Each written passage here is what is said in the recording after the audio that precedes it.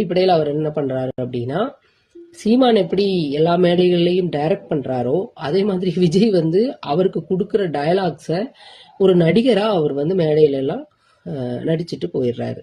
பல மேடைகள்ல அவர் அப்படிதான் நடிச்சிருக்கிறாரு. இதுக்கு உதாரணமா என்ன சொல்லலாம் அப்படின்னா, கரூர்ல நடந்தப்போ, கரூர்ல அவ்வளோ பெரிய பாதிப்பு வந்தப்போ கூட அவருக்கு கொடுக்கப்பட்ட அந்த டயலாக்கை தவிர வேற எந்த டயலாக்கும் பேசுறதுக்கு துணிச்சல் இல்லாம அப்படி அவர் வந்து ஆக்டரா சின்சியரா இருந்தாரு. அவரோட நடிகரா அவருக்கு என்ன டயலாக் கொடுக்கப்பட்டதோ அது மட்டும் பேசிட்டு கரெக்டா போயிட்டாரு. ஸோ இவங்க 2 பேருமே அவங்க துறையில அவங்களுக்கு கொடுக்கப்பட்ட வேலையில டைரக்ட் பண்ற வேலை அவருக்கு கொடுக்கப்பட்டிருக்கு, இவருக்கு வந்து நடிக்கிற வேலை கொடுக்கப்பட்டிருக்கு. அரசியல் மேடைகள்ல டைரக்ட் பண்ற வேலை ஒருத்தருக்கு, அரசியல் மேடைகள்ல நடிக்கிற வேலை ஒருத்தருக்கு. 2 பேருக்கும் கொடுக்கப்பட்ட வேலையை அவங்க சின்சியரா பண்ணியிருக்காங்க.